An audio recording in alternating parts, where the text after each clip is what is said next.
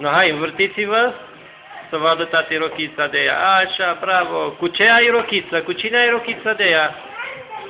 Hanta Montana.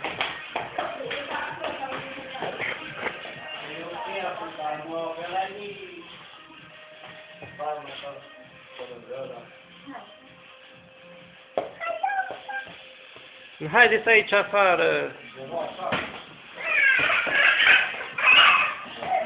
Hai că vă face tati filmuleț. Hai, învârtiți-vă.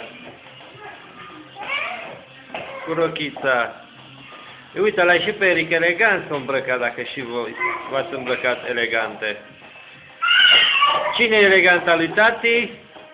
Cine e eleganta lui tati? Papuci? Pantofi s-au cumpărat tati? Acum ai pantofi și la rochiță, vezi? Cu floricele. Mov, ca și rochița, este mov cu albastru. Da.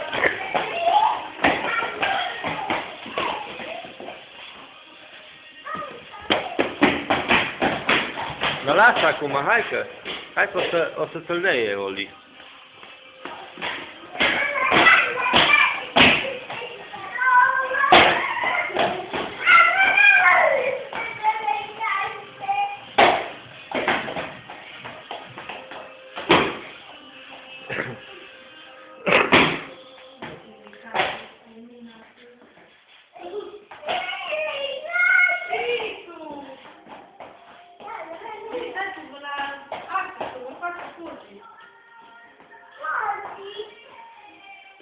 Așa.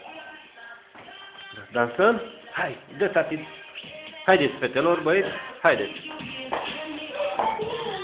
Hai, Mina, hai pe piesa asta, puteți dansa frumos. Hai, Andreea, hai în centru. Hai aici în centru și dansează. No, haideți, haideți.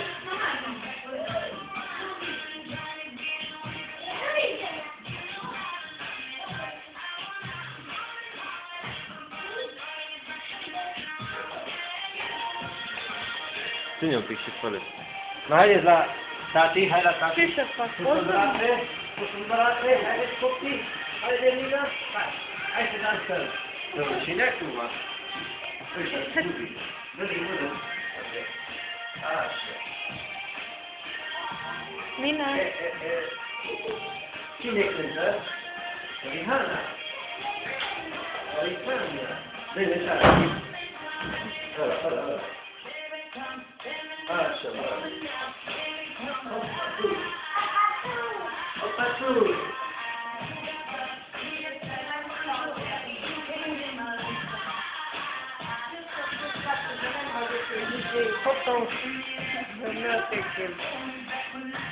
Nu așa aproape, mă, că nu mă duiești pe ecran dacă vii. Cupă la tati de ea, cupă la tati.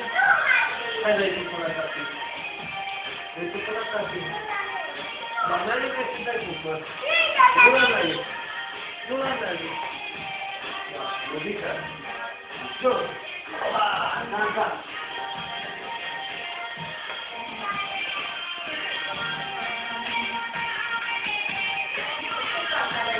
Andreea, nu cu rochița pe jos. Hai, ridică-te de acolo. Acum ești în rochiță. Învârte-te odată, de două ori. Dar scoate aia din gurița, Andreea. Dă-l aici să-ți prindă tati părul cu el.